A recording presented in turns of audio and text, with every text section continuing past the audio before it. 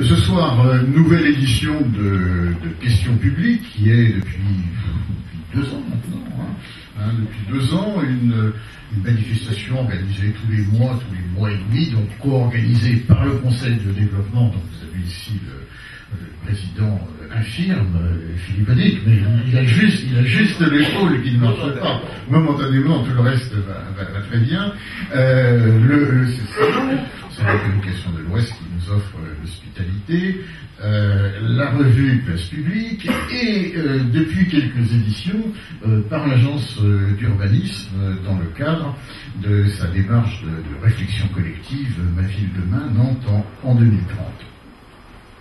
L'invité de ce soir se nomme Éric Scherer. Il vient de sortir un livre tout à fait intéressant, A-t-on encore besoin des journalistes, qui est une interrogation sur la signification, la portée, les menaces également qui pèsent sur ce métier à l'heure de la révolution numérique.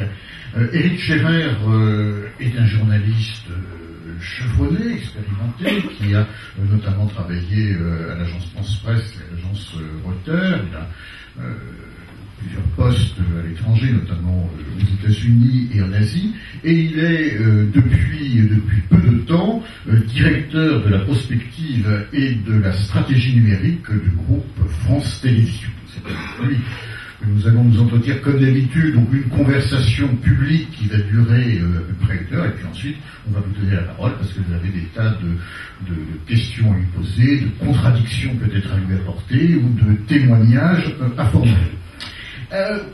Sur cette estrade, outre Éric Scherer et Philippe Dick, nous avons Pierre Montel. Alors Pierre Montel est membre du Conseil de développement, c'est peut-être même bien le Benjamin du Conseil de développement, et il est l'animateur, je prends mon papier parce que j'ai oublié le terme exact, animateur de la délégation Nouveaux Médias et Nouveaux Réseaux Numériques au Conseil de développement. Il est par ailleurs le directeur de la Fédération des radios associatives en Pays de la Loire. Et le Conseil de développement vient de sortir un petit ouvrage dont je vous recommande vivement la lecture. C'est tout à fait passionnant. Ça s'appelle Nouveaux médias, nouveaux réseaux numériques. C'est une série de témoignages, d'analyses d'un certain nombre d'acteurs des médias dans la métropole nantaise sur les incidences, précisément les incidences locales de la révolution numérique et l'avenir qu'on peut prévoir à tel ou tel type de médias en fonction de cela, des points de vue étayés, divergents, qui sont là pour faciliter le débat. Et puis, à mes côtés, Thierry Violent, qui est le directeur de l'agence d'urbanisme de la région nantaise. Avant de poser ma première question à Éric Scherer, je lui ai demandé que fait l'agence d'urbanisme dans une histoire pareille. Enfin, en quoi l'agence d'urbanisme est-elle intéressée par le destin des journalistes?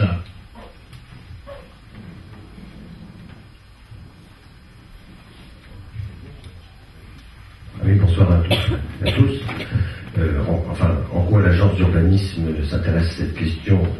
Procéder par étapes. D'abord parce que sa mission s'est animée de coordonner la démarche que je ne vais pas présenter, je vous promets, parce que je crois que la plupart la connaissent, donc si je vous le refais, mais on pourra en reparler s'il y a des questions, mais en tout cas la démarche qui vise à élaborer, mais je le dis pour vous, même si vous savez, un nouveau projet pour la métropole nantaise. La démarche a commencé il y a 1 an et qui va se terminer dans 1 an par l'adoption d'un projet.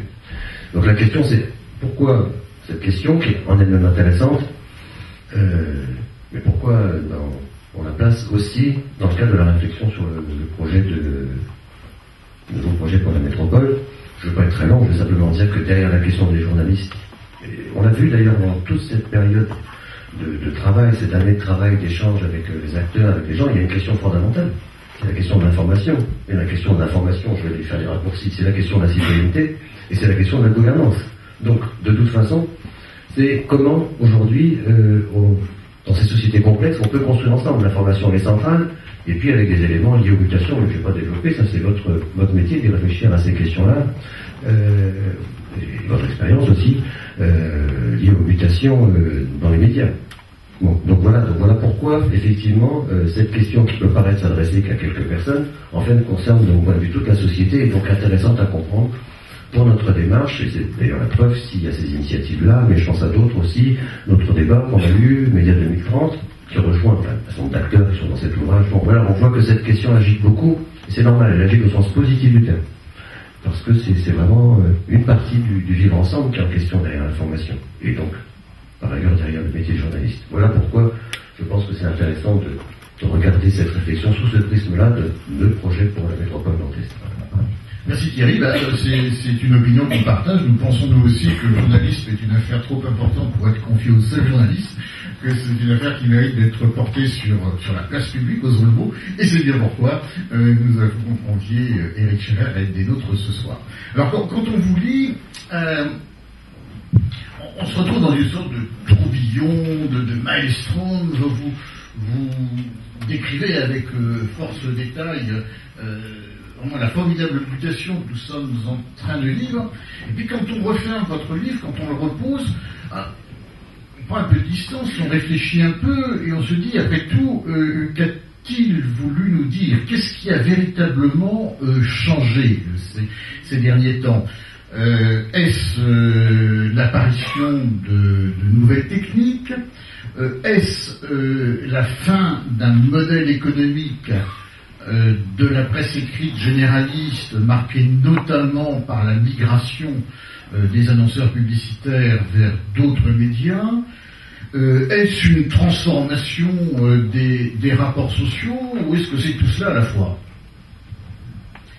Bonjour, merci de me recevoir ici. Je crois que c'est tout ça à la fois. Je crois que c'est beaucoup plus vaste qu'une révolution technologique. Je crois qu'on est, je suis pas seul, hein. On est face à une révolution sociétale, une révolution culturelle qui nous emmène dans un monde vraiment nouveau. Pour les médias, c'est assez simple. C'est simple, mais c'est gigantesque. C'est de l'ordre de l'invention de l'imprimerie au 15e. L'invention de l'imprimerie a permis la démocratisation de la lecture. Tout d'un coup, le clergé catholique s'est vu dépourvu de ces outils, du monopole qu'il avait sur la transmission du savoir. Et bien 500 ans après, on est face au même phénomène. Il a fallu 5 siècles pour que finalement la démocratisation de l'écriture, cette fois, se passe. Et c'est ça qui s'est passé avec le Web 2.0.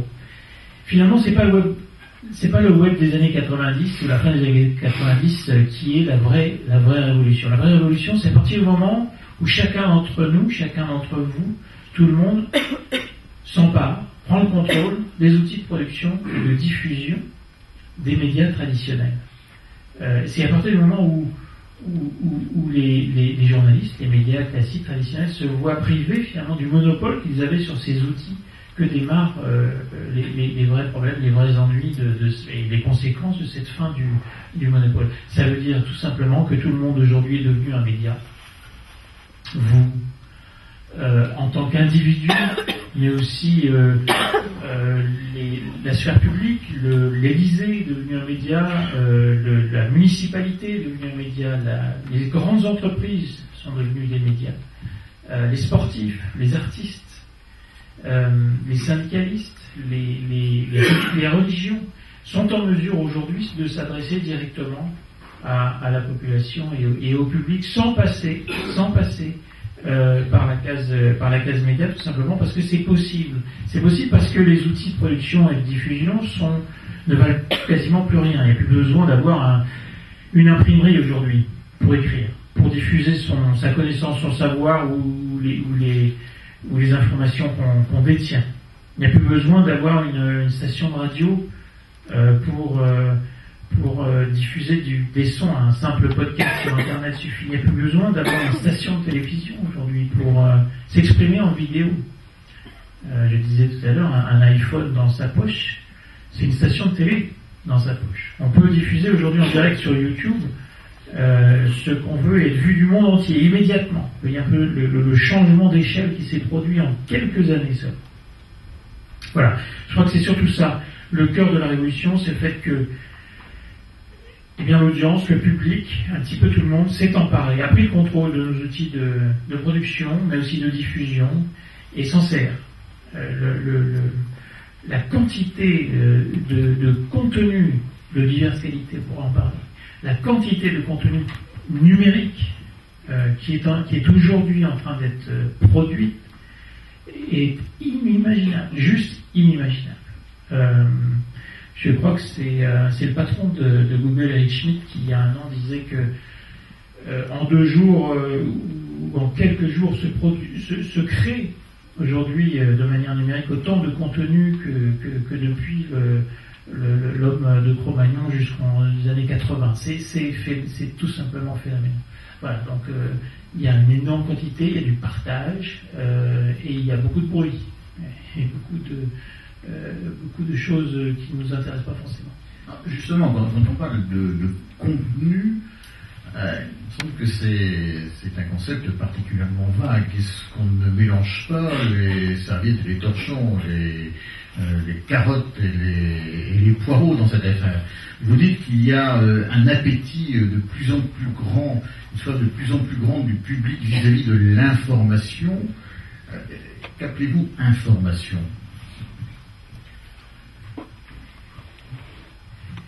C'est une question piège. C'est pourquoi je la pose. Je me méfie.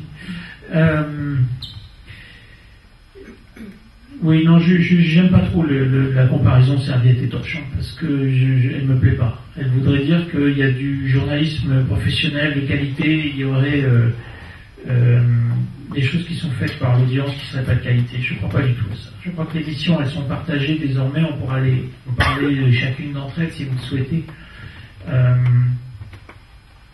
Mais en tout cas, ce qui a vécu, c'est le journalisme de surplomb.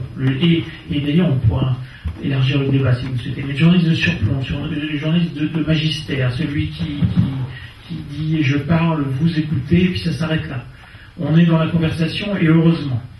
On est dans l'échange. Mais ce que je veux dire par là, c'est qu'il n'y a pas que le journaliste qui est touché par ça, ou qui est affecté par ça. La sphère politique est touchée, l'entreprise est touchée, le religieux est touché, le syndical est touché. C'est-à-dire que le top-down ne fonctionne plus. Les gens s'aperçoivent qu'ils peuvent s'organiser entre eux sans décor intermédiaire. C'est super important, enfin je crois que c'est très important pour la vie des citoyens et la vie publique. Il n'y a plus besoin d'un journal ou d'un parti pour faire de la politique. Il n'y a plus besoin d'une maison de disques ou d'un studio de cinéma pour faire un film. Il n'y a plus besoin d'un éditeur pour faire un livre. Ces corps intermédiaires, en ce moment, sont en train d'être court-circuités.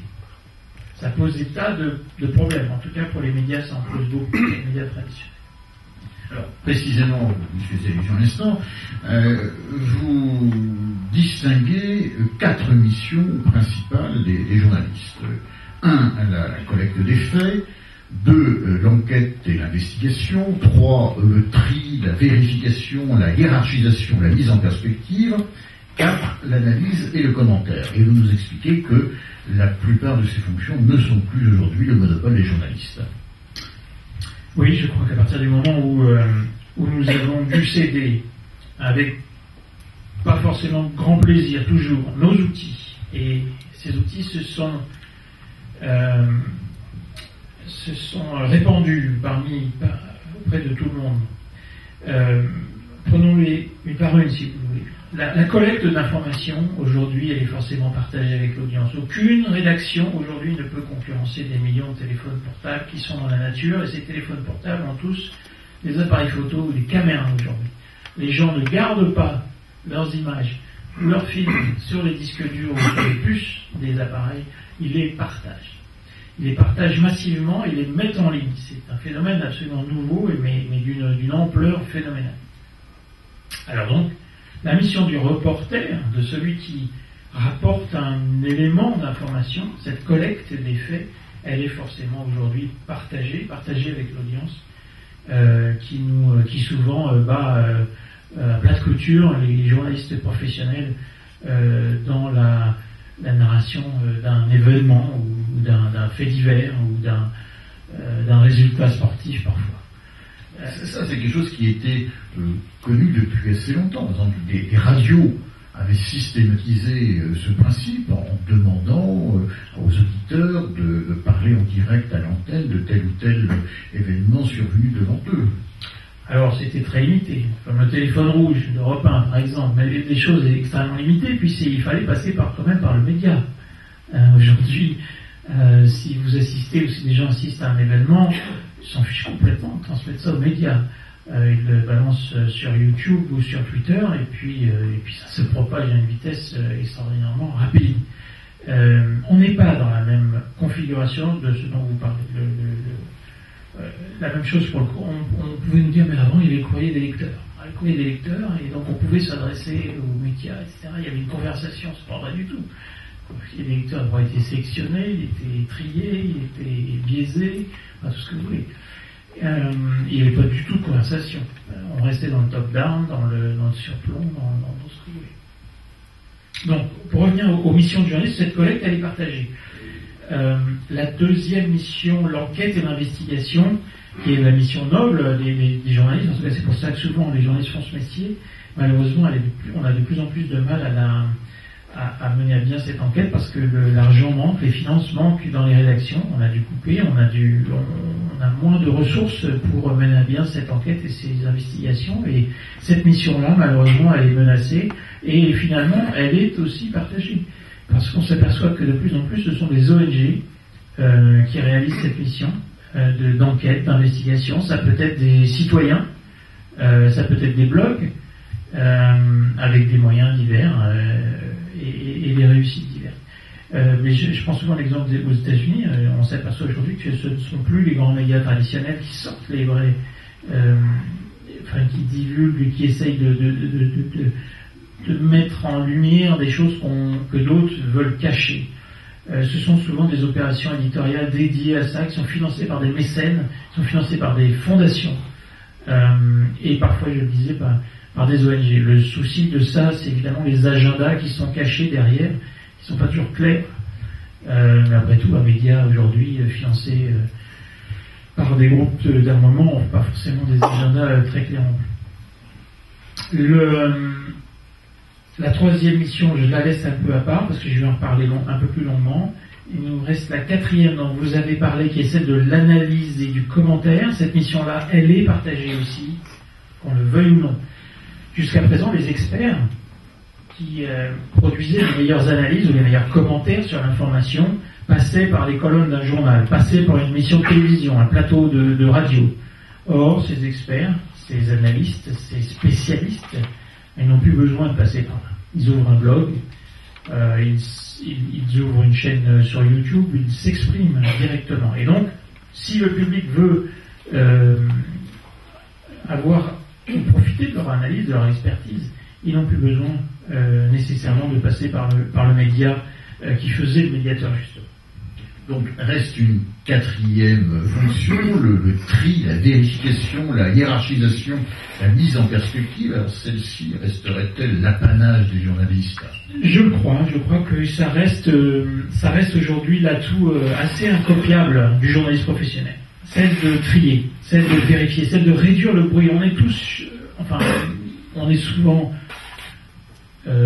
a souvent le sentiment, mais c'est pas qu'un sentiment, l'impression d'être submergé par trop d'informations, par trop de sollicitations dans la journée, par des sollicitations de qualité diverses. Je crois que le boulot du journaliste, il est de diminuer ce bruit, de réduire ce bruit, et de nous faire gagner du temps par ailleurs. Et en tout cas de trier, et de vérifier les informations, et de nous les présenter, et de donner du sens à ce qui se passe. De donner du sens rapidement, d'expliquer, de mettre en perspective, de hiérarchiser. Je crois qu'expliquer le monde et de filtrer ce qui se passe aujourd'hui devient d'une manière ou d'une autre la mission centrale et difficilement copiable du journalisme professionnel. Alors, vous n'avez pas aimé ma comparaison tout à l'heure entre les torchons et les serviettes, parce que vous l'avez immédiatement assimilé à les torchons, ça ce qui vient du public, et les serviettes, ce sont les journalistes professionnels et nobles. Moi, j'ai jamais dit ça. Je ne dis pas l'inverse non plus. Je ne céderai pas aux provocations de Thierry Violent. Simplement, en mettant l'accent sur cette fonction de tri, de discernement, de hiérarchisation, d'outils de traçabilité, vous marquez bien quand même une différence entre le bruit, la rumeur, d'une part, et d'autre part, l'information. Oui, mais je ne fasse pas de hiérarchie, c'est pas hiérarchique. C'est hiérarchique dans la qualification de l'information, vous avez raison, dans le sens où le journaliste professionnel est à même, en tout cas est formé et doit, par son éthique personnelle, donner l'information vraie, si possible objective, encore que c'est je crois une vaste blague, mais en tout cas donner ce cachet, cette certification à l'information. Et donc son boulot c'est de ne pas favoriser la rumeur, en tout cas de l'éloigner le plus possible, de ne pas favoriser la diffamation, toutes ces choses qui sont interdites par la loi et qui font qu'un journaliste professionnel aujourd'hui est formé pour éviter ces choses-là. Alors, est-ce que un des principaux obstacles aujourd'hui à cette fonction de vérification, de recoupement, qui est traditionnellement une mission impartie aux journalistes, n'est pas précisément l'accélération du temps de l'information. Vous évoquez dans votre livre, à juste titre, la désaffection, la baisse de crédibilité dont souffrent les journalistes. Or, toutes les études montrent que ce qui est majoritairement reproché par l'opinion aux journalistes, ce sont des sortes d'embardés déontologiques, de dérapages éthiques, et qui sont souvent le résultat de la précipitation. Oui, c'est vrai, c'est pas forcément facile à résoudre comme équation, d'autant que compte tenu du fait que les rédactions ont fondu, ont baissé en ressources, mais aussi en nombre. Je crois que dans les pays occidentaux, en tout cas aux États-Unis et en Grande-Bretagne, les rédactions ont perdu pratiquement le tiers de leurs effectifs en une petite dizaine d'années. Le résultat est assez simple, on leur demande de faire plus avec moins, et donc on risque d'avoir des incidents, les incidents dont vous parlez. Je crois qu'il n'y a pas assez de choix qui sont faits. Il y a une tentation souvent de faire trop de choses, de vouloir être exhaustif. À quoi sert d'envoyer 5000 journalistes couvrir la même conférence ? Je suis convaincu que ça sert à grand chose. À quoi sert d'envoyer 10 000 journalistes couvrir les Jeux Olympiques ? À quoi sert d'avoir une foule aux mêmes endroits ? Je crois qu'il y a des choix à faire qui ne sont pas assez faits et que on est obligé de retrouver, d'essayer de chercher en tout cas de la valeur ajoutée pour faire la différence. Et que cette valeur ajoutée elle ne peut pas être, en tout cas on a tout à perdre dans un monde de l'abondance et de la surabondance à ce que tout le monde fasse la même chose. Parce que l'information, automatiquement, mécaniquement, économiquement, ne vaudra plus rien. Alors, précisément, un des fils rouges qui court tout au long de votre livre, c'est la question du modèle économique, et notamment la question de la gratuité. Vous écrivez, le public veut consommer où il veut, quand il veut, ça c'est le nomadisme généralisé, et gratuitement. Et quelques pages plus loin, vous dites, évidemment, l'information gratuite, ça n'existe pas. Il y a bien quelqu'un qui paye. Et quand le public ne veut plus payer, qui paye ? Alors, jusqu'à présent, vous le payez de différentes manières. Vous le payez avec, soit en achetant le journal, ou de plus en plus rarement, vous le payez avec votre temps de cerveau disponible qui est acheté par les publicitaires. Vous payez avec le temps que vous passez sur un média aujourd'hui. On est davantage dans une économie de l'attention aujourd'hui que dans une économie marchande classique. Je ne crois jamais l'information n'a été payée ou n'a valu quelque chose pour elle-même. Je crois que jamais l'information n'a été un business, comme on dit en anglais, un stand-alone business, un truc qui tenait tout seul. L'information a toujours été financée par des activités annexes. Elle a été financée par des petites annonces. Elle a été financée par la publicité. Elle a été financée par des abonnements, mais très peu finalement.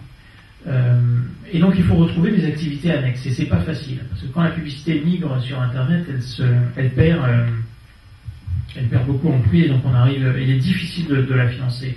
On est dans une période de transition délicate, vraiment délicate, mais qui, en tout cas, on voit certains signes, notamment aux États-Unis, où certains médias commencent à s'en sortir. Alors, évidemment, ce sont les plus gros, ce sont les plus importants. Je pense au New York Times, je pense à un magazine américain, un vieux magazine qui s'appelle The Atlantic, qui le mois dernier a réussi cette performance assez incroyable de faire plus de publicité, enfin en tout cas d'avoir plus de revenus publicitaires en ligne que sur le papier. Tout le monde espère ça. Très peu y arrivent. Hein. Le chiffre d'affaires en ligne, par exemple, d'un grand journal, d'un grand groupe de presse comme Le Figaro, pour l'instant, et qui est probablement celui qui arrive à tirer plus de revenus du numérique, c'est à peine le quart. 23-24% qui sont tirés du numérique. Donc on est loin du compte. La publicité en ligne n'arrive pas aujourd'hui à financer des rédactions, à financer des opérations chères en Afghanistan, en Irak. Mais qui aujourd'hui est prêt à payer pour une information d'Irak ou d'Afghanistan? Personne d'entre vous dans la salle, je crois, n'est prêt à payer pour avoir une information d'une explosion en Irak ou en Afghanistan. L'information, elle est comme l'air ou l'eau qu'on respire. Elle devient un bien public. Elle devient quelque chose qui est du domaine du domaine public, du service public. C'est pour ça que souvent, nous, France Télévisions, mais la BBC ou les grandes stations publiques américaines, l'AFP finance des grosses opérations éditoriales et sont en mesure de le faire. C'est très difficile, en tout cas, on le voit uniquement par le privé. Pensez-vous que le financement public soit une solution généralisable? Généralisable sûrement pas. Il faut de la concurrence. Il faut que puisse surtout pas retrouver des systèmes monolithiques, mais le service public, oui, a un rôle important à jouer. Vraiment un rôle important à jouer parce qu'il est celui qui est en mesure d'expérimenter, de faire des tests, d'essayer de comprendre ce qui se passe, de tester des nouveaux formats, des nouvelles manières, des nouvelles écritures parfois. Des ponts entre les médias, entre le web et la presse, entre le web et la télévision, entre le web et la radio. Il y a un rôle fondamental à jouer, le service public, dans l'information. À partir du moment où l'information est gratuite et que la publicité a énormément de mal à financer en ligne les rédactions, il est évident que le service public a un rôle à jouer. Vous attirez l'attention sur une limite des médias numériques à laquelle on n'est pas forcément immédiatement sensible. C'est le fait que, en dépit, peut-être à cause de cette surabondance de contenu auquel nous sommes confrontés, la tentation est forte en fait de ne s'intéresser qu'à ce qui nous intéresse déjà, de se borner à ces centres d'intérêt spontanés, de rester enfermés dans des petites communautés. C'est là le modèle tribal contre le modèle citoyen. Et alors, vous félicitiez apparemment tout à l'heure de la fin du magistère journalistique, de la fin du clergé des sachants et des communicants. N'empêche que les mass médias avaient au moins cet avantage de s'adresser à tous en même temps. Et là, avec cette atomisation, cette parcellisation, après tout, est-ce qu'on ne va pas aller à ce qu'on connaît déjà, à ce qui nous plaît déjà? Est-ce qu'on ne va pas écarter précisément tout ce qui pourrait nous surprendre, nous déplaire, nous interroger, nous perturber dans nos croyances et nos convictions? Alors, oui, non. Il y a plusieurs aspects dans ce que vous évoquez avec justesse. Mais quand vous dites l'offre était une offre de médias de masse, l'offre elle était quand même déterminée par des sachants. Alors c'est vrai, elle offrait une offre riche et elle offrait au spectateur, au lecteur ou à l'auditeur l'heureux hasard de la découverte de contenus choisis par d'autres. choisi par les sachants ou choisi par les professionnels de l'information. Aujourd'hui, les portes d'entrée ou les modes d'accès à l'information, à la culture, au divertissement se sont enrichis, je crois. La porte d'accès n'est plus seulement la découverte offerte par les sachants ou par ceux dont on a parlé tout à l'heure. Les portes d'entrée, il y en a au moins 3 supplémentaires. C'est le search, vous l'avez évoqué, c'est la recherche. Enfin, le public est en mesure de pouvoir... alors, il y a des travers, donc on peut en parler, mais le public, l'audience, le lecteur est en mesure de chercher ce qui l'intéresse, d'aller de satisfaire sa curiosité. Il n'est pas soumis à un choix qui vient d'en haut et déterminé par d'autres. Il est enfin en mesure, il a pris le contrôle, et il est en mesure de chercher ce qui l'intéresse. Ça pose des problèmes, on pourra en parler. L'autre mode d'accès, porte d'entrée au savoir, à la culture et à la connaissance, c'est la recommandation. C'est la recommandation par les réseaux sociaux, c'est la recommandation par ses amis, par ses collègues, par sa famille, aujourd'hui. Ce ne sont plus seulement les sachants, ou les fameux éditeurs, qui vont nous entraîner à voir telle ou telle chose, et d'ailleurs les jeunes le savent bien, qui accordent beaucoup plus de confiance à leur réseau d'amis sur Facebook ou sur Twitter qu'aux journalistes professionnels. La quatrième peut-être porte d'entrée qui est comment dirais-je, moins facile à cerner, c'est le jeu.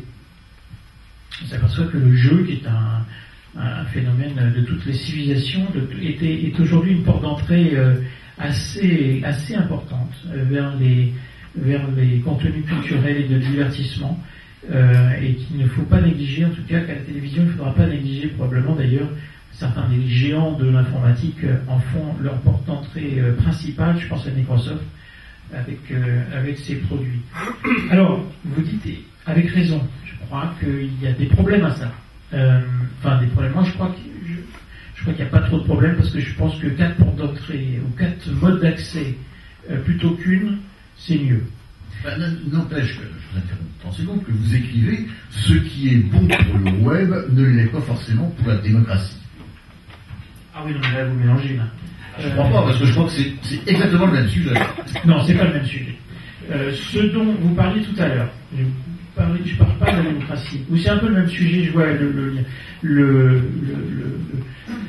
le risque, en tout cas, le travers qui est possible. C'est la tentation et la possibilité désormais qu'aurait chaque citoyen de ne s'intéresser qu'au sujet qui l'intéresse, à ses propres sujets, à ce qu'on appelle l'homophilie finalement, moi, je suis, je ne sais pas, fan de foot ou la tribu, je m'intéresse qu'à 3-4 sujets, et le reste, il y a effectivement la possibilité de passer à côté si on s'enferme dans un espèce de tunnel ou un système assez fermé finalement de sources d'information, qui ne serait plus que le cercle de ses amis proches ou de ses collègues de bureau ou de sa famille, qui nous ferait... En fait, j'y crois pas trop. Je crois que la sérendipité, la sérendipité, l'heureux hasard d'être confronté à des contenus dont qu'on ignorait totalement, ou qu'on ignorait qui nous intéresseraient. En fait, le web le permet tout à fait, je crois. Je crois que même via les réseaux sociaux, via la découverte, via les conseils des amis, via les rencontres, que cette sérendipité que certains croient voir disparaître à cause de ce dont vous parlez, ce fameux ces centres d'intérêt monolithiques, en fait ça ne se passe pas. Je crois que la sérendipité elle existe sur le web encore plus, parce que les choix sont extraordinairement multiples finalement, et qu'on n'est pas enfermé. On n'est pas enfermé dans son propre réseau, dans son propre système. Je ne crois pas, mais c'est une question ouverte. Celle de la tribu, celle de l'enfermement. avant de passer la parole à mes petits camarades, une avant-dernière question un peu amusée. Pourquoi avez-vous éprouvé le besoin de consigner vos réflexions dans un livre? Parce que je crois à la multiplicité des supports. J'adore Twitter. J'ai un blog où je mets des observations, où je partage des choses au jour le jour, et enfin pas très souvent hélas, mais je réalise un cahier de tendance tous les semestres. J'ai écrit ce deuxième ouvrage.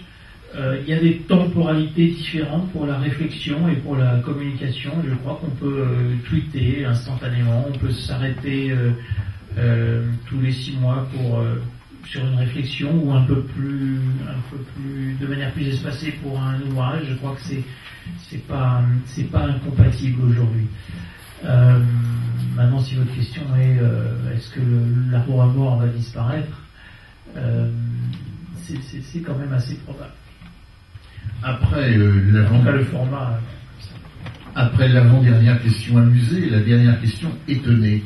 Vous parlez beaucoup dans ce livre des difficultés de la presse écrite, notamment de la presse écrite quotidienne, et notamment de la presse écrite quotidienne nationale.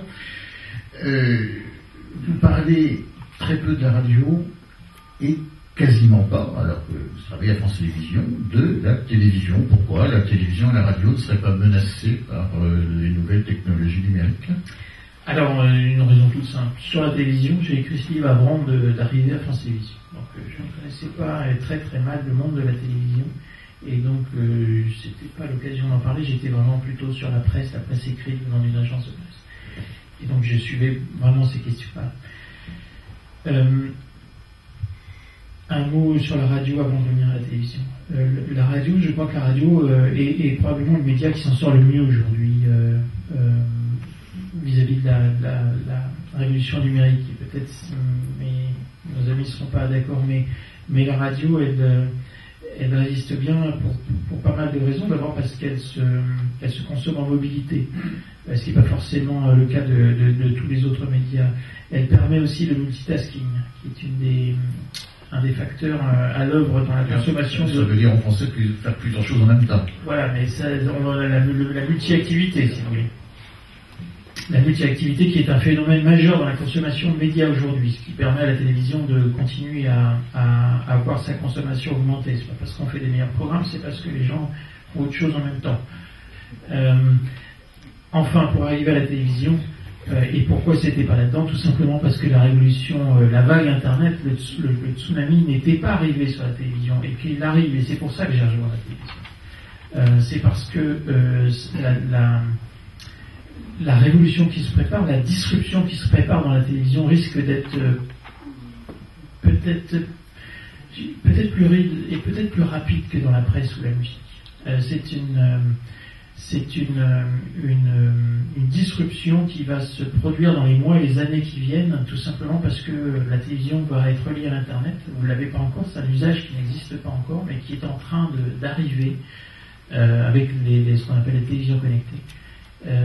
Et donc cette révolution, elle est devant nous. C'est pour ça qu'il n'est pas dans le livre. Philippe? Oui, alors moi j'ai posé une question je suis pas journaliste, je connais pas forcément très très bien vos métiers. La question que j'ai deux questions à poser. La première, c'est, on voit bien qu'il va y avoir des gagnants et des perdants dans ce jeu entre des acteurs classiques et traditionnels. Bon, la presse écrite, on voit bien les difficultés dans lesquelles elle est. La télévision, vous l'annoncez d'une certaine manière aussi. Et quelque part, j'ai envie de vous poser cette question: qui va gagner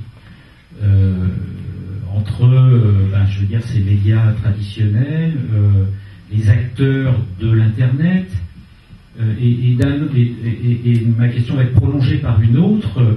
En tant que consommateur de contenu et d'information, finalement, il y a quand même un certain confort à prendre son journal et à le feuilleter et à lire des nouvelles du monde d'un côté, des nouvelles de sa ville d'un autre côté, de toucher, d'avoir des informations de type culturel ou ou sportive. Aujourd'hui, il y a un tel foisonnement d'informations. Comment le lecteur de base ou le consommateur de base va construire son journal? Est-ce que demain, on va avoir des systèmes d'agrégation qui vont faire que, à partir de quelques mots-clés qu'on va donner, on aura un journal qui va être livré, qui va être personnalisé par rapport à la demande qu'on va formuler? Est-ce que c'est ça qui va arriver? Sur les gagnants et les perdants, je crois que le grand gagnant, tout très loin, c'est le public. Le grand gagnant, c'est le lecteur, c'est le téléspectateur, c'est le télénaute qui va remplacer probablement le téléspectateur. C'est lui le grand gagnant. C'est lui qui aime la révolution qui est en train de se passer. C'est lui qui réserve cet accueil incroyable à Internet, à Google, à Facebook, à Twitter. C'est quand même, il faut le regarder, il faut voir que cette révolution, elle plaît. Elle reçoit un accueil incroyablement favorable de la part des centaines de millions de gens qui y adhèrent. Il faut pas aller contre. Et on l'a vu dans l'industrie de la musique, qui a essayé de résister le plus possible à ce qui se passait. Alors c'est pas facile. Cette fameuse destruction créatrice, chère à des économistes, Schumpeter, notamment. Voilà, fait que la destruction se fait souvent chez les vieux médias et que la création se fait plutôt chez les nouveaux acteurs qui arrivent. C'est ça le problème. La création de valeur, elle se fait chez eux. Ils s'intercalent, ils viennent s'intercaler entre les vieux médias traditionnels et l'audience. Ils s'intercalent parce qu'ils ont des compétences et des offres qui plaisent au public, que n'arrivent pas à proposer les vieux médias, avec des compétences technologiques évidemment. Et c'est tout le problème du basculement de médias traditionnels qui restent des médias de contenu classiques vers des sociétés technologiques qui, au lieu de proposer des contenus, proposent des expériences. Et c'est ces expériences médias qui sont aujourd'hui qui font que l'accueil est positif. Enfin, il est plus que positif, c'est une adhésion totale des jeunes et du public pour ces nouvelles expériences, où le contenu est moins important que l'expérience. On en arrive au fait que, dans certains cas, l'accès prime sur la possession du média. On n'a plus besoin d'avoir un DVD ou un CD, et il suffit d'avoir la transmission en live, en streaming, des contenus audio ou vidéo. Aujourd'hui, les jeunes n'ont plus de CD. Et je pense que les DVD vont disparaître rapidement. Vous parliez des journaux. Oui, je crois que chacun va faire son menu. La consommation aujourd'hui, elle se fait à la carte. Elle se fait plus dans un menu. Pourquoi vous l'avez vu dans la musique. La musique, on était obligé d'acheter 9 titres pour un titre. Et on devait, pour l'expression, on devait se taper les 9 morceaux pour un truc. Mais on était obligé. Apple a cassé ça. Apple a permis qu'on consomme la musique à la pièce. Internet a cassé le journal. On n'est plus obligé de se taper, mais les mots croisés, les guides de jardinage, quand on n'en a pas envie. Le journal était un paquet ficelé où on avait tout, mais on ne pouvait pas consommer à la pièce. Internet a brisé tout ça, a fragmenté, a atomisé. C'est ça le numérique. Le numérique, c'est des 1 et des 0, qui fait que tout le monde peut consommer à la carte quand il le veut, où il le veut, comment il le souhaite. Alors il faut retrouver des modèles, il faut retrouver des manières de réduire le bruit. Comme je disais, le journaliste, l'éditeur permet d'agréger d'une certaine manière avec son savoir-faire, son expertise, son métier, son éthique, ses valeurs, et proposer des offres. Dans l'information, mais ça sera vrai sûrement dans le cinéma, dans la musique, il y aura des nouvelles manières d'agréger. Pierre Montel. Oui, on vient donc d'acter ensemble, à notre petit niveau, que la démocratisation de la production et la diffusion de l'information d'une part. Ensemble, c'est qui Ensemble, tous ensemble. Ah d'accord. Je ne sais pas si le public est d'accord. Autour de cette table, ce qui est un bienfait pour la démocratie, En parallèle, on a évoqué effectivement tous le pendant un peu négatif pour les médias traditionnels. Aujourd'hui, j'ai envie de vous demander assez simplement quels sont les enjeux, du coup, d'une part pour les rédactions, vers quoi il faut se tendre, vers quoi il faut réfléchir, et d'autre part, puisque tout ça est effectivement très lié à la gouvernance, à la démocratie, pour les pouvoirs publics. Le risque effectivement de tomber dans l'écueil de l'individu unique producteur et diffuseur d'informations parce que les structures médiatiques ne sont plus en mesure financièrement de supporter leur fonctionnement présente des dangers. J'aimerais avoir votre avis là-dessus. Oui, parce que juste pour prolonger d'un mot la question de Piermontel, j'ai eu tort tout à l'heure de ne pas citer le sous-titre de votre livre, qui est en quelque sorte le revers de ce que vous avez dit. C'est un manifeste pour un journalisme augmenté. Donc ce n'est pas seulement un constat de la destruction d'un certain nombre de choses, c'est la proposition d'un journalisme augmenté. Je crois qu'effectivement, à partir du moment où la valeur, dans un monde d'abondance, le produit, il y a mécaniquement, économiquement une déflation et donc une baisse des prix, une valeur qui chute. Pour retrouver de la valeur et de la rareté, il faut amener de la valeur ajoutée, il faut amener de la valeur nouvelle. Je crois que les rédactions dont vous parlez sont aujourd'hui à la recherche de ces nouvelles valeurs ajoutées et qu'elles doivent fournir absolument. Ça peut être de donner du sens rapidement à l'information, expliquer rapidement ce qui se passe. Ça, c'est une valeur ajoutée. Ça peut être l'information financière qui est aujourd'hui achetée par des gens. Mais l'information généraliste, elle n'est plus achetée par le citoyen. Et donc, il faut retrouver ce que j'appelle le journalisme augmenté. En fait, c'est du journalisme enrichi. Enrichi de quoi? Enrichi d'abord de l'audience, enrichi d'un travail avec l'audience, d'une conversation avec l'audience. C'est ce qu'on a essayé de faire en tout cas à France Télévisions avec le nouveau site d'information qui s'appelle francetv.fr/info, qui est d'abord une application mobile avant d'être un site internet. Encore une fois, pour être le plus près possible des nouveaux usages, et non plus effectivement de vous, monsieur, qui feuilletez le journal, mais d'un usage en mobilité à n'importe quel moment de la journée pour trouver l'information. Mais l'enrichissement de l'information, c'est aussi d'apprendre à travailler avec d'autres métiers. Je crois beaucoup à la visualisation de l'information, à la possibilité de travailler pour les journalistes avec d'autres professions que sont les designers, les graphistes, les développeurs même. La possibilité de mettre en valeur par les nouvelles technologies l'information et grâce au financement d'une maison, d'un vieux média, c'est pas donné à tout le monde. Je crois que les rédactions, si elles arrivent à faire cette transformation-là, pourront s'en sortir. Le journalisme de données, notamment, c'est une autre piste. Le journalisme de données, c'est celui qui arrive à donner du sens à des statistiques, à des tableaux imbuvables de l'OCDE, à des chiffres de la municipalité. Il y a des tas de choses qui sont cachées, qui existent et qui ne sont pas mises en valeur. Les nouvelles technologies peuvent permettre de mettre en valeur et de faire apparaître des informations utiles aux citoyens. C'est aussi enrichi de l'extérieur, des autres médias. Il n'y a aucune raison de rester. Et d'ailleurs, vous le voyez bien, tous les sites aujourd'hui ouvrent, ne restent plus en silo sur leurs propres médias. En tout cas, nous, à France Télé, on le fait. On ouvre, on donne des liens, on montre ce que fait TF1 ou les autres télés, mais aussi les autres médias de presse écrite, les magazines, les blogs. Alors, on essaye d'ouvrir pour que... C'est ça le journalisme enrichi ou augmenté.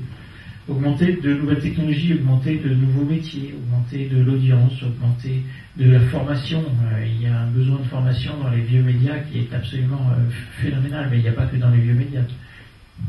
Et je vais juste me permettre de rebondir sur la deuxième partie de ma question. Aussi, quels sont les enjeux et de quoi ils doivent se saisir, puisque c'est un peu notre rôle au Conseil de développement d'animer la réflexion en direction des décideurs élus locaux. De quelle manière les pouvoirs publics doivent se saisir de cette question-là? Ça dépasse largement le cadre de mon livre. Je crois qu'à partir du moment où le citoyen a pris le contrôle de nos outils, il faut quand même lui apprendre à s'en servir. Alors nous, médias professionnels, on peut l'aider à se servir de ces outils pour pas faire de bêtises, parce qu'on peut faire des grosses bêtises avec nos outils. Je pense à la diffamation, à l'appropriation, au copyright, à la fausse information, à la rumeur, etc. Tout un tas de choses. Mais il y a aussi un problème d'alphabétisation numérique, de littératie en nouveaux médias, qui est malheureusement absente des services publics à tous les niveaux. Alors, déjà, c'est absent dans les médias, imaginez, à tous les niveaux. On peut imaginer, enfin, c'est pas on peut imaginer, on le sait que notre représentation nationale aujourd'hui, à Paris, à Bruxelles, est totalement sous-équipée, ou en tout cas sous-informée, et sous-formée surtout, pas informée, sous-formée en numérique. La prise en compte des enjeux qui sont... Enfin, on est en train de basculer dans l'âge de l'information, dans l'âge du numérique, et nos responsables politiques, ou nos responsables administratifs, ou nos responsables régionaux sont clairement pas à la hauteur des enjeux. Je dis pas ça pour votre région, hein, je dis ça pour là où j'habite, et au niveau national. Je suis frappé. Je suis frappé par le fait qu'ils s'en saisissent pas bien ou n'ont pas la volonté de le faire encore. Mais ça va bouger, ça va arriver, c'est forcé, c'est pas possible. Thierry Violent.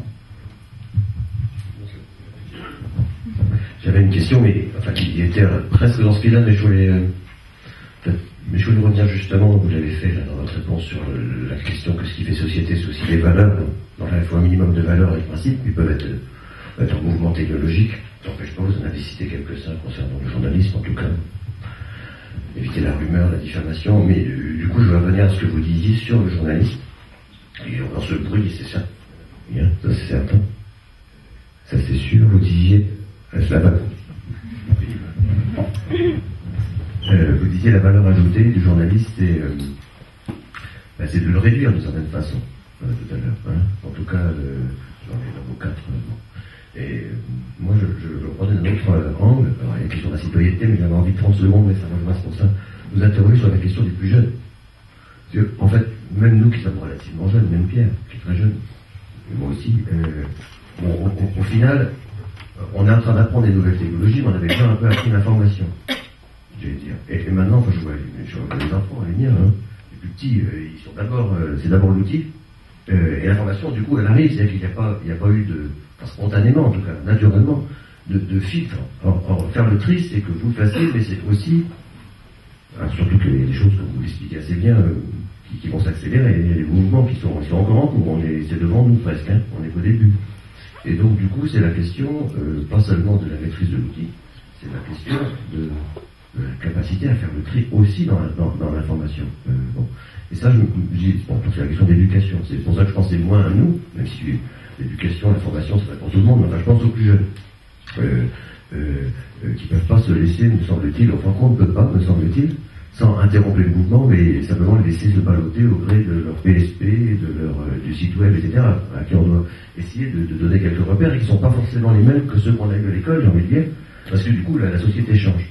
Bon, voilà, donc ça, c'est un sujet qui concerne les services publics, mais du coup, à tant que de journalistes, je me demandais si, de ce point de vue-là, les journalistes n'avaient pas aussi vis-à-vis des plus jeunes une responsabilité à prendre par rapport à, en tout cas socialement, par rapport à l'avenir. Enfin, qu'est-ce que vous en pensez? Ou est-ce que c'est quelque chose, alors pas que, hein, mais est-ce que c'est quelque chose qui appartient au service public de l'éducation, aux politiques, effectivement, mais ça à coup sûr, aux associations, mais est-ce que eux, les journalistes, en tout cas ceux qui essaient de le faire en faisant le tri, ils n'ont pas aussi à transférer une part de leur propre expérience du moment aux plus jeunes pour leur donner des clés aussi pour l'avenir? Voilà, Si, juste un mot, vous avez dit, avec votre valeur ajoutée, que vous rétrécissez le journaliste, je ne crois pas du tout que ce soit vrai. Je crois qu'il n'y a jamais eu autant de possibilités aujourd'hui, grâce à la nouvelle technologie et à la conversation avec l'audience et avec tout le reste du monde, de faire mieux ce métier. J'en suis absolument convaincu. Sur votre deuxième point, la responsabilité des journalistes. Oui, à partir du moment où on était des experts et on avait la maîtrise de ces outils, que ces outils passent dans le public, on a une certaine expertise, en tout cas pendant un certain moment, et on peut avoir un rôle à jouer pour aider dans ce que j'appelle la littératie en nouveaux médias, la littératie numérique, l'alphabétisation dans le numérique, et il y a peut-être un rôle à jouer, mais le problème c'est que tous les journalistes ne sont pas forcément au même niveau déjà à l'intérieur des entreprises, et que ils ne sont pas forcément du tout tous au niveau en numérique, et ça c'est un vrai souci dans les boîtes, dans toutes les boîtes, dans toutes les entreprises de médias traditionnels, à tous les niveaux. Au niveau oui, c'est pas un problème générationnel, c'est un problème culturel. À tous le reporter, le chef de service, le rédacteur en chef ou le patron de l'information, il a des degrés divers de familiarisation avec ces nouveaux outils et d'ailleurs de curiosité parfois. Et puis il y a souvent du rejet, il y a souvent du conservatisme, et il y a pire, il y a parfois du déni de ce qui se passe. Alors ça c'est encore pire, mais voilà. Bien, après ce premier tour de piste, on va enfin vous donner la parole. Un micro va circuler, donc vous levez la main, vous dites qui vous êtes. Je vois qu'il y a dans cette salle, oh là, une forêt de bras se lève. Il y a d'ailleurs quelques professionnels expérimentés, quelques dinosaures dans la salle qui prendront peut-être aussi la parole. Alors, pardon à tous, j'étais plus près du micro. Bonjour, Éric Varin, je suis directeur du CCO. Moi, c'est le maître des lieux en salle. J'aimerais profiter de votre présence pour rentrer dans la cuisine de France Télévisions, enfin en tout cas dans le laboratoire. Vous avez parlé du télénote. Donc, à quoi ça ressemble un télénote et comment vous vous préparez à le satisfaire? Alors, un télénote, ça n'existe pas encore. Ça n'existe pas encore puisque la télé n'est pas encore connectée. Elle commence doucement, mais ça arrive. Eh bien, on se prépare, on va expérimenter, on va proposer des choses. Pour ceux qui achètent une télévision cette année, qui sont des télévisions connectables, je suis désolé, vous m'avez posé une question précise, je vais répondre un peu précisément. Ces télévisions connectables, toutes les nouvelles télévisions, en tout cas les 3/4 qui sont sur le marché aujourd'hui et toutes dans quelques années, seront des télévisions connectables. Va-t-on les connecter? C'est un débat qui n'est pas résolu. Mais enfin, on va voir. Déjà, les magasins qui les vendent sont pas connectés, les vendeurs sont pas formés, donc on a un petit peu de marge. Admettons que tout aille bien, on va évidemment tenter de s'adapter à ce qui va se passer. On a déjà proposé, en tout cas ceux qui disposent de ces télévisions connectables, on propose depuis le mois de septembre un portail, ce qu'on appelle un portail de télévision, un portail enrichi, qui propose sur le téléviseur, à partir de votre télécommande, du texte, de la photo, de l'image, dans les news, dans l'information, dans le sport, un peu de météo, et puis bientôt sur d'autres programmes. Qu'est-ce que ça veut dire? L'enrichissement, ça veut dire sur un programme, par exemple, de cuisine qui sera en direct live, vous pourrez avoir des choses, des recettes ou des adresses ou des choses comme ça qui viendront enrichir l'expérience. Ça, c'est un exemple. La télévision connectée, ça sera probablement dans les usages beaucoup de ce qu'on appelle la catch-up TV, c'est-à-dire la télévision en différé. Donc on va faire en sorte de pouvoir multiplier les offres de télévision en différé au moment où vous le souhaitez. Ce sera aussi beaucoup de vidéos à la demande. Donc on va faire en sorte de pouvoir proposer nos programmes et nos émissions à la demande quand vous le souhaitez, ou d'autres programmes, des films, des catalogues, le catalogue des chaînes. Et puis il y a d'autres choses encore. Il y a des formats qui sont semi-ouverts. On a développé un format qui s'appelle, avec d'autres pays européens, qui est un format hybride entre le broadcast et le broadband. Mais on va faire des choses plus ouvertes, plus directes. On va proposer les journaux télévisés dans une application. Imaginez que votre téléviseur, c'est un iPhone horizontal avec plein d'applications. C'est ça qui risque, et c'est une des possibilités qui risque d'arriver.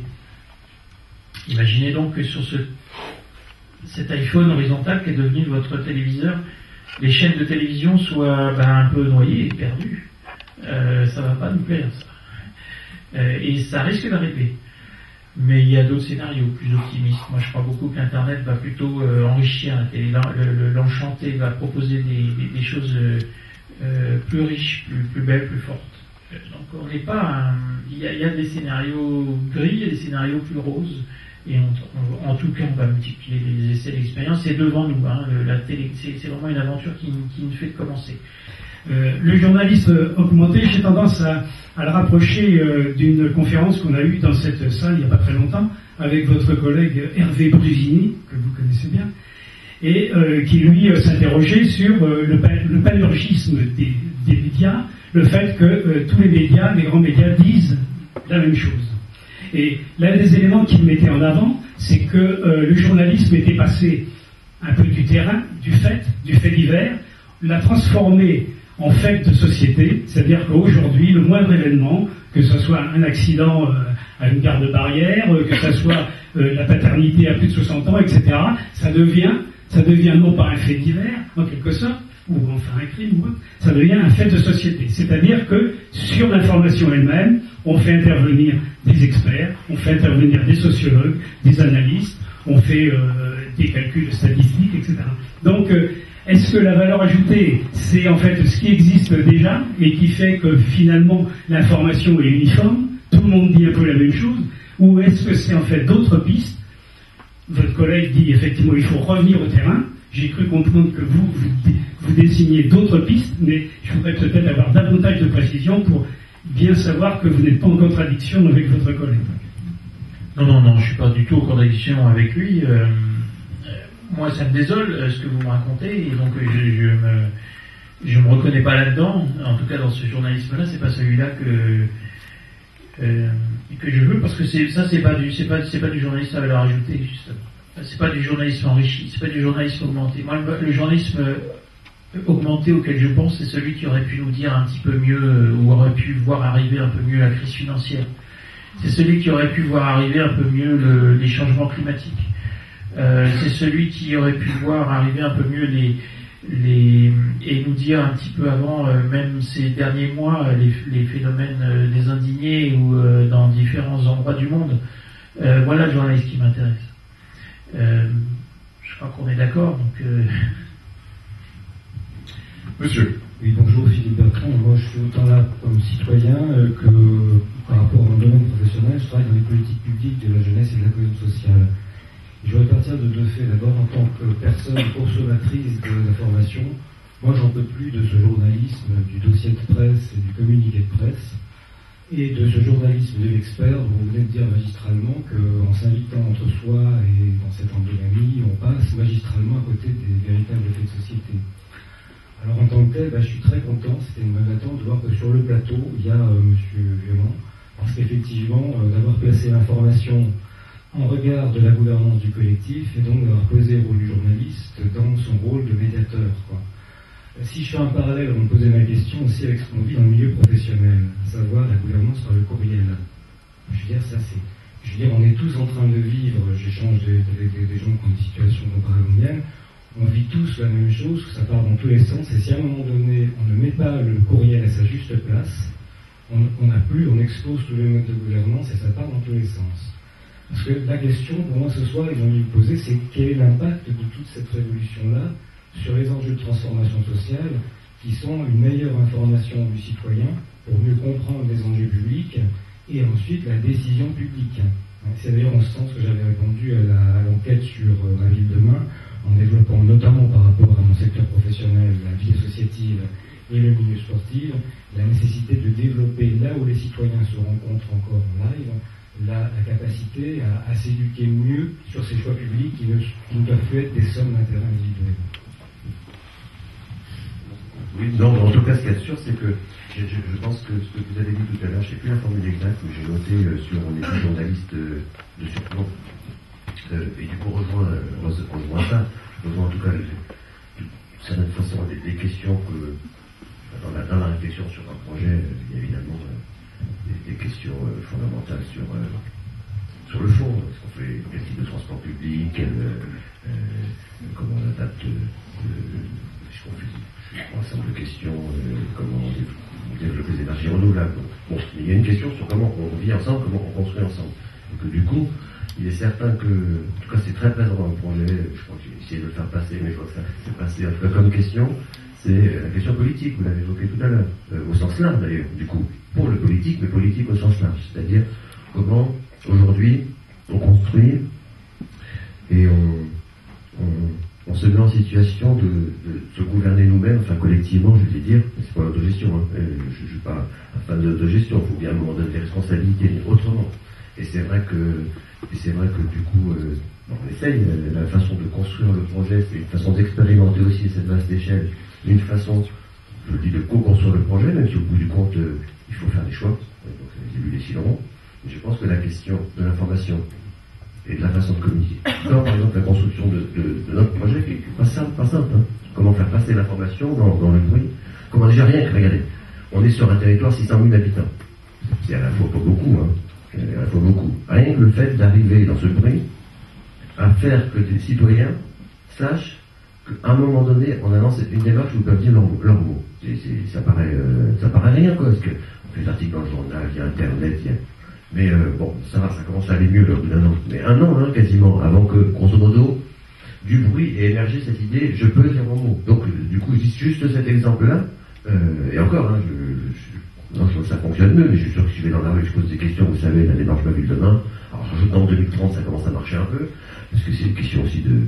Mais, et donc, voilà, donc, simplement pour, je ne vais pas répondre, mais simplement cette question, elle interroge forcément la question des médias au sens large, d'ailleurs, et des journalistes, et de la façon dont on trie, elle est fondamentale dans tous les domaines. Je pense que, oui, il faut... Enfin, le problème, c'est de trouver l'équilibre dans ces questions-là, mais ça va dans les entreprises, vous l'avez dit aussi.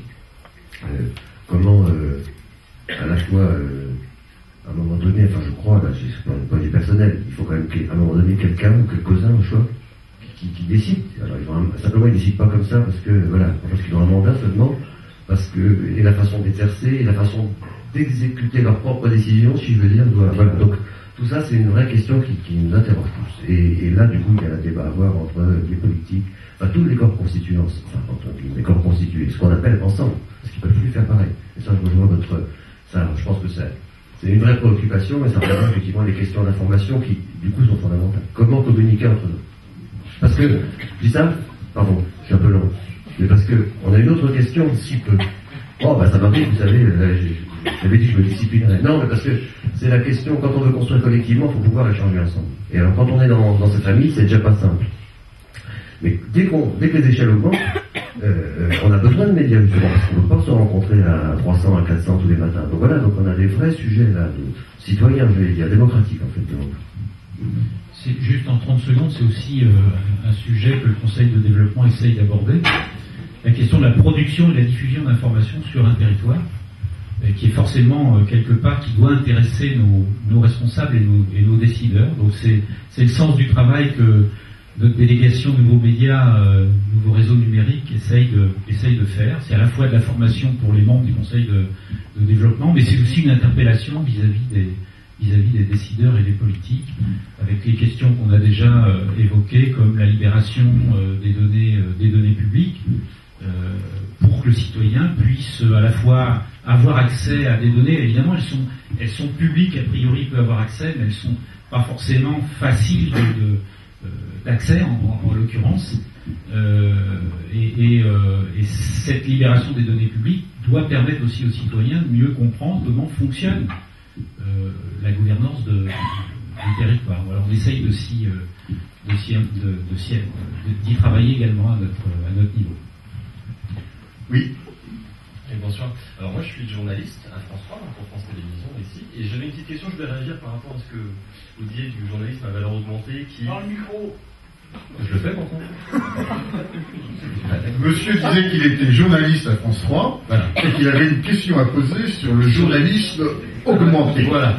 Vous disiez le journaliste qui est capable de prévoir la crise, de prévoir les changements climatiques, d'anticiper, enfin vous en parlez un petit peu de... Allez, posez votre question tranquillement. Je pense qu'on souscrit tous dans la profession à ça. Moi j'ai juste un tout petit souci en termes la différence qu'il y a entre l'instantanéité que nous permettent tous les nouveaux médias, et je suis le premier à être sur Twitter à longueur de journée, mais on est quand même dans du temps très très court, alors que ce qu'on attend de nous en tant que journalistes, d'autant plus maintenant que tout le monde a accès à l'information, c'est l'analyse, et parfois du temps long, et parfois ça veut dire se mettre parfois peut-être en retrait. Et ce que finalement le journalisme à valeur augmentée, c'est pas de temps en temps se mettre en retrait, se taire, ne rien dire, attendre, vérifier et ne pas rugir avec la vôtre. Je prends un tout petit exemple qu'on a eu ici, dont vous vous souvenez peut-être, c'est l'affaire Lies et Badge. Tout est parti d'un PV. Un PV qui a été adressé par des policiers pour une femme qui conduisait voilée au volant. Le lendemain, le monsieur Lies et Badge, qui est donc un des compagnons de cette femme, fait une conférence de presse à Nantes où il décide de s'en prendre violemment au gouvernement. France 3 Pays de l'Or fait le choix de ne pas y aller, parce que, décision éditoriale, parce que nous estimions que nous n'avions pas à le faire. On a été obligé d'y aller finalement, sous pression des autres médias, sous pression de l'ensemble de la profession, avec c'est le panurgisme, je crois que c'est le mot qui était cité tout à l'heure. Donc c'est juste, voilà, comment est-ce qu'on fait pour à la fois être dans ce côté analyse, réflexion au temps long, et à la fois nourrir les appétits des gens qui sont aiguisés et qui sont nourris à l'instantanéité, qu'on a l'habitude qu'on leur fournisse tout de suite, toutes les demi-heures, une édition avec des nouvelles informations. C'est tout le dilemme, mais je crois qu'il ne faut pas leur donner tout le temps. Je rebondis juste un instant sur ce que disait monsieur, sur le journaliste de communiqué de presse ou de bâtonnage de dépêche. Celui-là me sort par les yeux, ce journalisme-là. Et donc, si on pouvait le laisser, de toute façon, en plus, les entreprises devenant des médias, j'espère qu'on va le voir disparaître, ce journalisme. La difficulté est liée à cette situation de panurgisme. Ce sont des décisions éditoriales, ce sont des décisions de rédacteur en chef. Alors, vous pouvez me dire, mon rédacteur en chef, il était sous pression de Paris, qu'il a obligé à le faire. Ben oui, je sais, c'est la vie des rédactions, ça. C'est la vie des rédactions, mais je pense que ça va changer. Je pense que des vraies impasses devront être assumées, devront être réalisées pour éviter ce panurgisme et le fait de tout vouloir copier le copain et de cavaler après une info. Alors, j'ai pas de jugement sur cette info-là. Mais d'essayer de courir après les copains, je trouve que c'est une grosse bêtise et c'est ça qui nous tue, en tout cas tue notre métier. Je suis assez d'accord avec ça. Vers le fond, oui. Bonsoir, Florian Debon, étudiant à Sciences Com en filière média.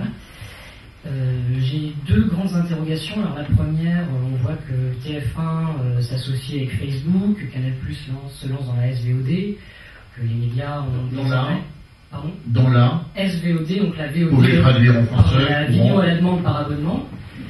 Excusez-moi. Que les chaînes de télévision se sont investies, en tout cas ont investi les smartphones avec des applications, le catch-up, etc. Donc finalement j'ai l'impression que par rapport à l'industrie musicale par exemple, les chaînes sont assez conscientes en fait de ce virage et ne sont-elles finalement pas prêtes pour ce nouveau, cette nouvelle télévision. D'ailleurs chez France Télévisions, il y a M. Patineau qui est chargé du numérique, vous-même à la prospective. Je ne sais pas d'ailleurs si cela se constitue en cellule, je serais curieux de savoir d'ailleurs. Mais voilà, enfin, j'ai l'impression que les chaînes sont quand même assez mûres et ne sont-elles pas finalement capables de faire face à ce nouveau virage. Et la deuxième interrogation plus courte, parce que finalement, aussi, ce n'est pas la législation française qui pourrait être un obstacle fort. Je pense notamment par rapport à la vidéo à la demande par abonnement, le délai de 36 mois entre la sortie du film et la possibilité de mettre le film en catalogue. Merci. Bon, voilà un jeune étudiant bien informé.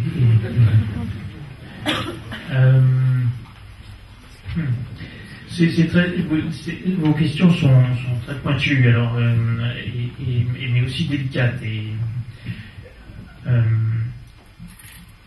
Est-ce que les chaînes se sont bien préparées ou sont plutôt mûres pour la révolution Internet ou le tsunami qui arrive? Je suis peut-être un peu moins optimiste que vous sur ça. C'est pas parce que TF1 a fait un deal avec Facebook ou que Canal+ essaye d'imiter Netflix à toute vitesse. ce qui est bien, en tout cas, c'est qu'elles essayent. Et qu'elles proposent, en tout cas qu'elles réfléchissent à des offres légales pour éviter le piratage qui s'est produit dans la musique. C'est bien qu'elles essayent, et c'est ce que nous faisons aussi, c'est ce que nous allons faire. Maintenant, quand au lieu d'avoir 18 chaînes, il y aura des millions de sources différentes qui vont arriver sur le téléviseur, on va revoir le paysage. Quand la publicité, quand forcément face à des sollicitations qui vont se compter par milliers, l'audience va se fragmenter. Et donc la publicité va s'éparpiller. Et donc les revenus vont s'effondrer. Pour ceux qui dépendent que de la publicité, c'est pas Facebook qui va résoudre les problèmes de TF1. Donc on est face à des problèmes vraiment très très importants de désintermédiation. TF1, nous, on est tous en train de voir comment on va pas passer des accords directement avec les producteurs. Alors, on a des accords, nous, mais comment on va verrouiller ces accords, comment on va faire en sorte que ces producteurs ne passent pas directement avec les autres acteurs, etc. Non, ça risque d'être violent, hein, ça risque d'être très disruptif. Monsieur. Bonsoir, Bruno Déhet du Conseil de développement. Je ne suis pas du tout spécialiste des médias et j'interviens en tant que consommateur d'informations. J'ai relevé, vous avez dit que le citoyen, le public n'est pas prêt à payer pour l'information. Or, je m'inscris un peu en faux contre ça, puisque vous payez une redevance certes modeste pour la télévision, la radio, vous achetez des journaux. Vous pouvez lire des journaux en ligne sur le web, mais si vous voulez l'article qui vous intéresse, vous allez devoir sortir une carte bleue. Les journaux gratuits, ça n'a pas fait beaucoup de preuves apparemment. Donc je crois que la gratuité de l'information, c'est quelque chose qui t'en trompe l'œil. Et à moins que vous soyez projeté déjà 20 ans en avant et que réellement tout devienne gratuit, mais j'y crois pas. Bon, voilà, c'est tout ce que je voulais. J'avais relevé cette idée à mon niveau. Alors l'information, elle n'est pas gratuite, c'est ça qu'on a dit tout à l'heure, elle n'est pas gratuite, c'est toujours quelqu'un qui la paye, en tout cas celui qui la produit, il la paye. En revanche, le consommateur aujourd'hui, il n'est pas prêt à la payer, je ne suis pas d'accord avec vous, en tout cas il est de moins en moins prêt à la payer, et les jeunes encore moins que les autres, et les Français encore moins que les autres en Europe. Ça sont des tendances lourdes et fortes, c'est pas nous qui les inventons. L'auditeur de la radio ne paye pas l'information. Il y a la redevance, bien sûr, elle est partagée, mais elle n'est pas que sur l'information, elle est aussi sur la fiction, elle est sur les documentaires, elle est sur les magazines, elle est sur le sport, etc. Les modes de paiement en ligne débutent. On en voit quelques-uns qui fonctionnent, mais pas encore suffisamment pour financer des rédactions. Aucun système de financement en ligne aujourd'hui n'est en mesure de financer aujourd'hui des vraies rédactions qui se projettent sur des théâtres d'opérations extrêmement coûteux que peuvent être l'Irak ou l'Afghanistan. Et donc c'est pas possible à financer aujourd'hui en ligne. Alors on voit le New York Times fait un système, on appelle au compteur.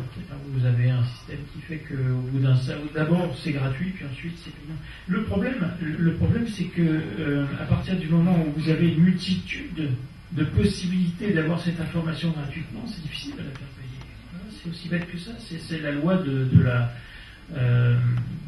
l'abondance et de l'offre gratuite qui va. C'est pas les gratuits. Hein. Le problème là, il est dépassé. Le problème des journaux gratuits, les journaux payants en kiosque, je ne veux pas dire c'est une blague, mais enfin, on voit combien de journaux sont distribués gratuitement dans les hôtels, les compagnies aériennes ou les aéroports ou les entreprises pour voir que l'économie ne marche pas comme ça.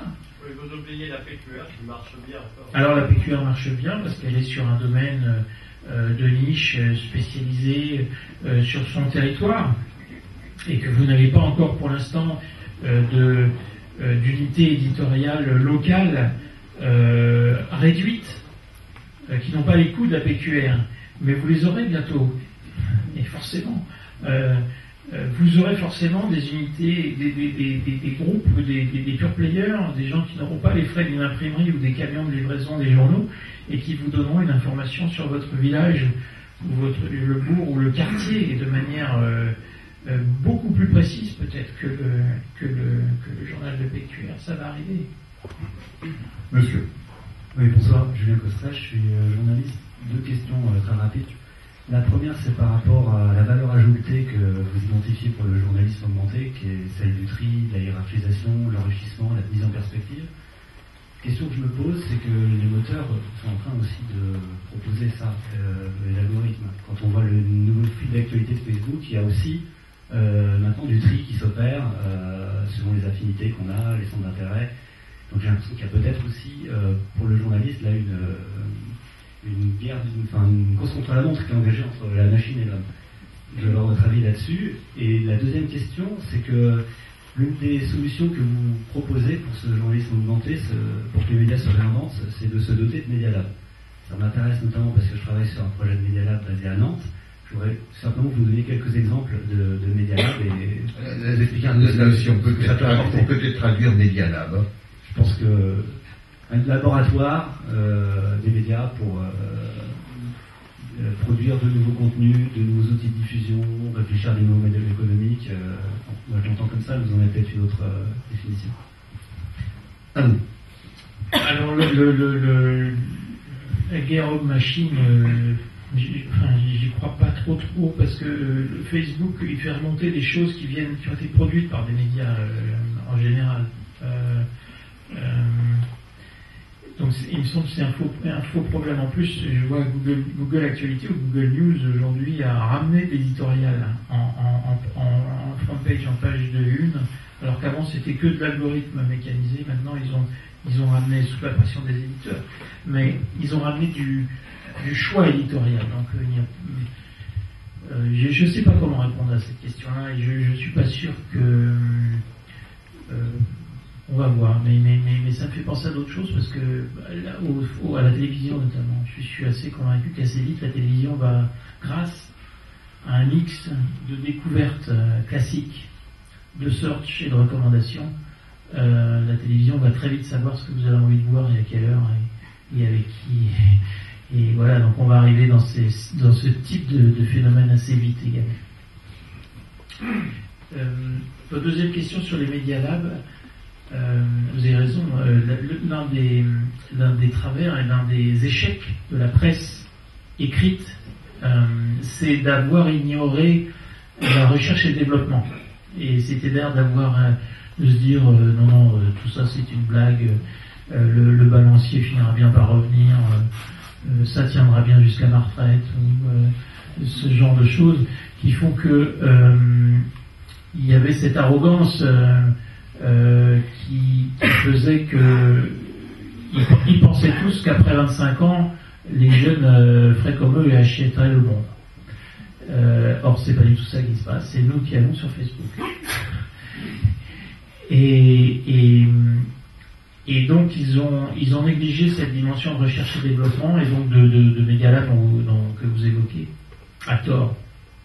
Ils ont refusé de mutualiser leurs efforts, ou en tout cas d'essayer d'expérimenter, de trouver des nouvelles formes de narration, des nouveaux modèles économiques, des nouveaux systèmes de distribution, des nouveaux... Alors il y a des expériences qui se montent, mais un peu tard. C'est pour ça que nous aussi à la télé on essaye de travailler sur des expérimentations, sur des nouvelles écritures, sur des passerelles entre le web et la télé, etc. Donc oui, la R&D c'est super important dans un monde extrêmement incertain où on ne voit pas à 2 mètres devant, quoi. Oui. Oui, je vais avoir une question plus terre à terre. Vous parlez des nouveaux médias, enfin des prospectives. Et tout ça, ils donnent de l'information, mais très peu d'explications. Vous avez sur Internet, sur Twitter, sur Facebook, vous avez l'information, mais vous n'avez pas la raison pourquoi ça s'est passé. Et l'enjeu du sujet ce soir, c'est a-t-on encore besoin du journaliste? Moi, je pense qu'on a besoin du journaliste si le journaliste est compétent. Et formé. Et travailleur. Et formé, parce qu'actuellement, j'ai l'impression qu'il c'est beaucoup de qualité pour un seul homme. Pour l'instant, j'ai l'impression que les journalistes sont tous formatés de la même façon. surtout de la presse télévisée et radio. Donc ma question, je suis effaré par les mensonges qui sont proférés dans les radios, par les politiques en général, mais par d'autres aussi, sans que le journaliste qui est en face ne réplique. Pourquoi? Parce qu'il n'est pas formé, il est incapable de contredire le politique, parce que c'est les politiques souvent, je crois que le mensonge est la deuxième vie du politique, et aucun journaliste n'est capable de contrecarrer l'information parce qu'il n'est pas compétent. Donc on a besoin du journaliste et du journaliste compétent.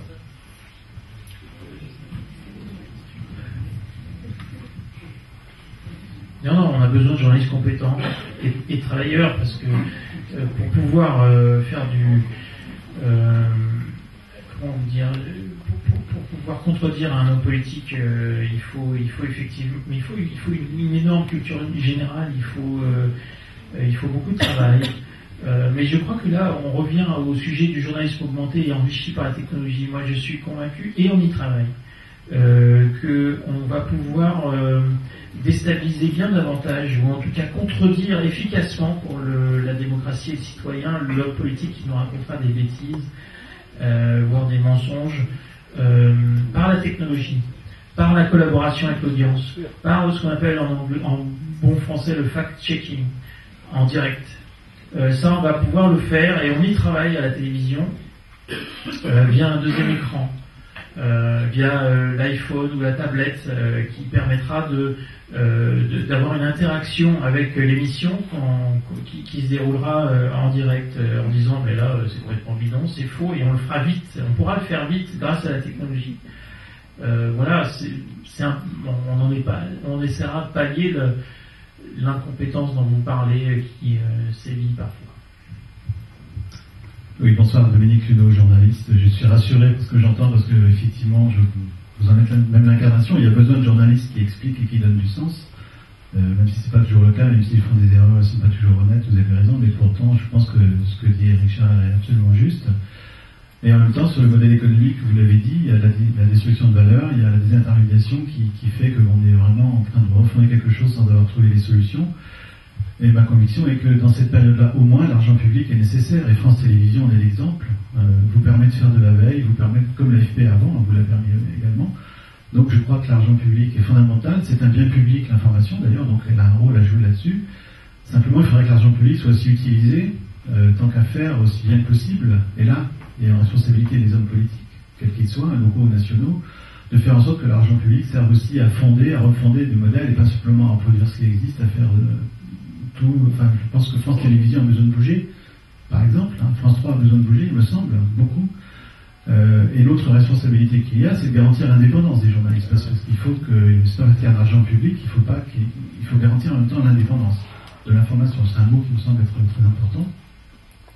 Et j'ajoute d'ailleurs à propos du modèle de la PQR qu'on évoquait tout à l'heure, il y a eu un rapport qui a été fait l'an dernier sur les aides à la presse écrite en France, qui montre que sur un chiffre d'affaires total de 10 milliards d'euros, il y a 1 milliard d'aides publiques. Donc 10% des recettes de la presse écrite en France sont sous des formes très diverses d'aides publiques. Donc il y a bien de l'argent public déjà, y compris dans la presse écrite. Il n'y aurait pas un journal en France de quotidien qui serait rentable sans aide publique. Donc ce que je voulais simplement dire, c'était il me semble que les pouvoirs publics et les élus ont un rôle important à jouer sur l'information, sur l'évolution du modèle de l'information, permettre de la produire, en garantissant l'indépendance, 2, en permettant d'évoluer, en testant des nouveaux modèles, et là il faut faire bouger donc les sociétés publiques, et 3, je crois qu'il y a un champ énorme qui s'ouvre, c'est celui d'ouverture des données publiques, notamment au niveau local, où là il y a une responsabilité éminente, on en est qu'aux prémices, je pense. Il va falloir aller beaucoup plus vite, beaucoup plus loin, parce que là il y a une matière première extraordinaire, qui sera du devoir de la responsabilité des hommes politiques de rendre ouvert. Voilà. J'ajoute juste un mot à ce que vous dites, que j'adhère totalement, c'est le mot courage.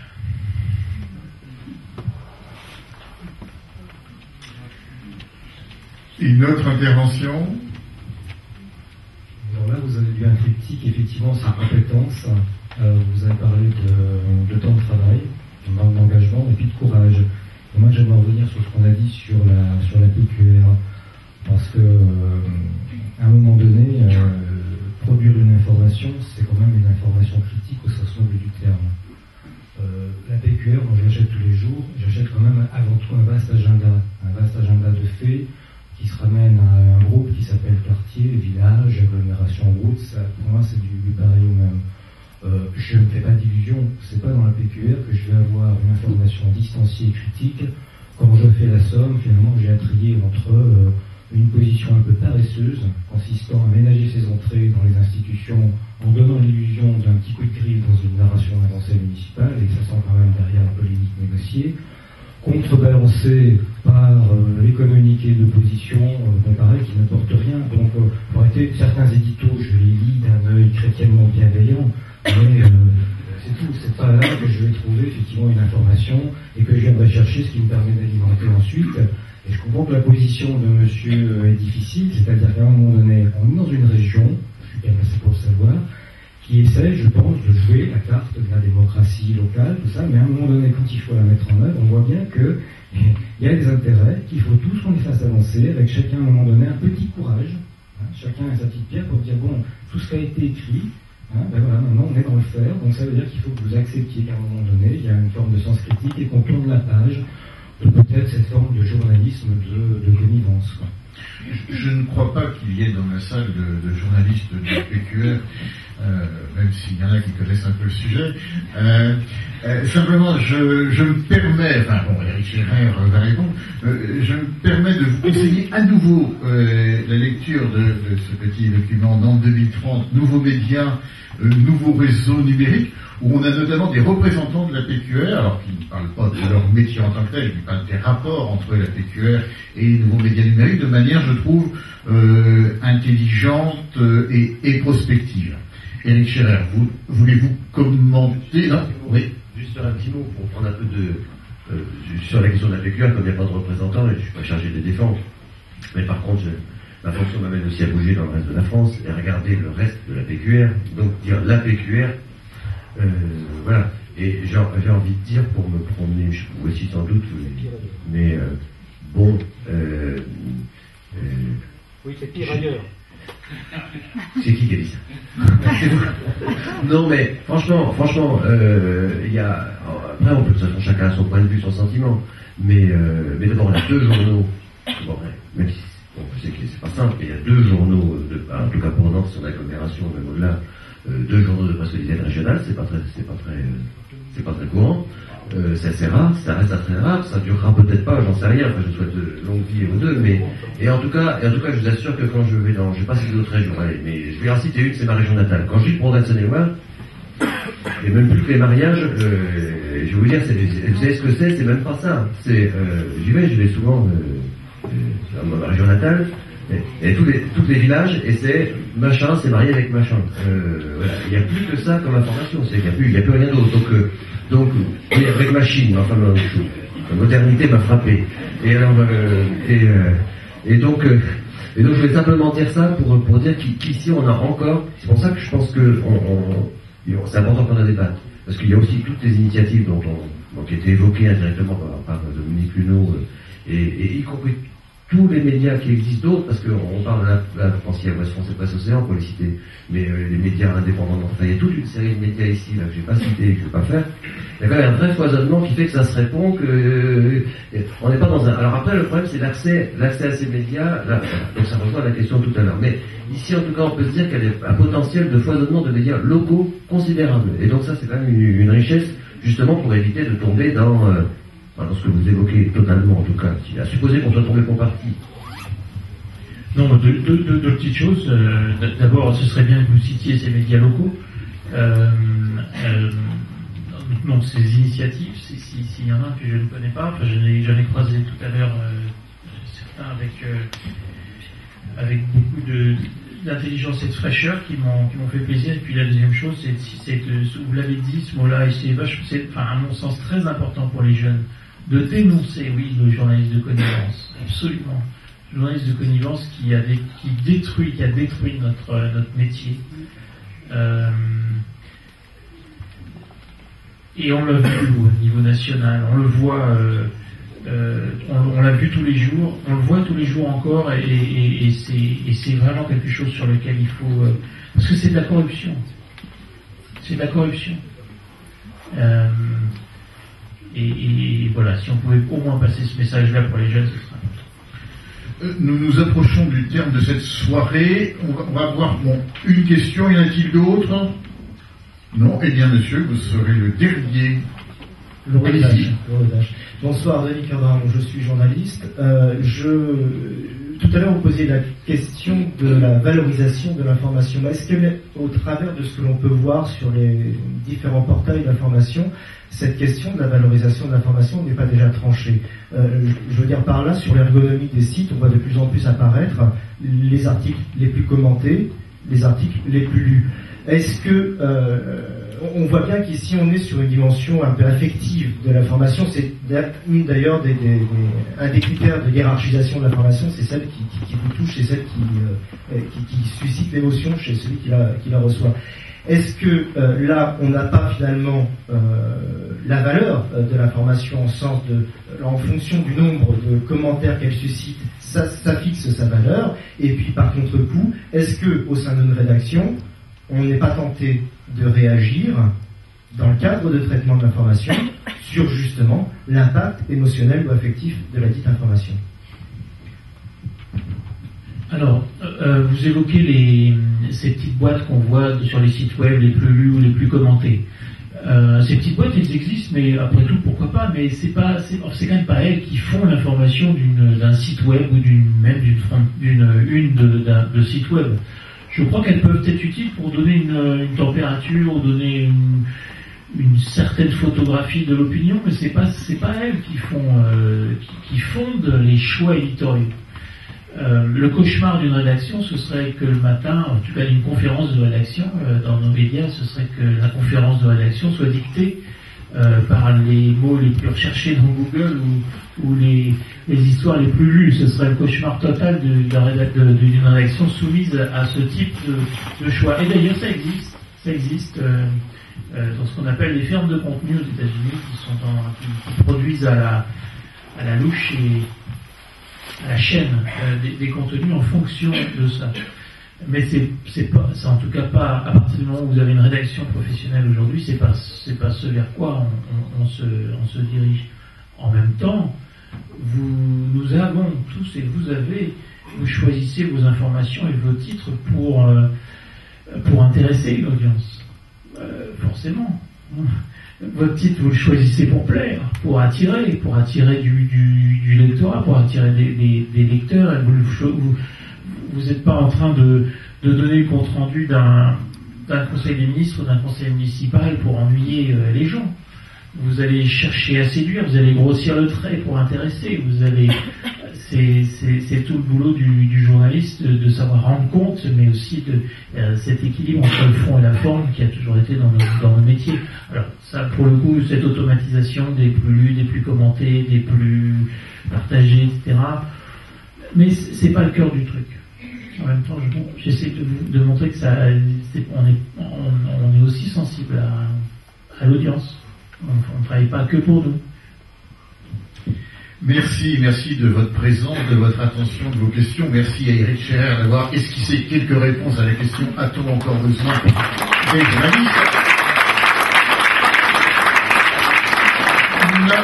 Notre prochain invité sera Gilles Pinson. Gilles Pinson est professeur de sciences politiques à Lyon. Il sera des nôtres le 12 janvier, ça? Non? Le 19 janvier. Le 9 janvier.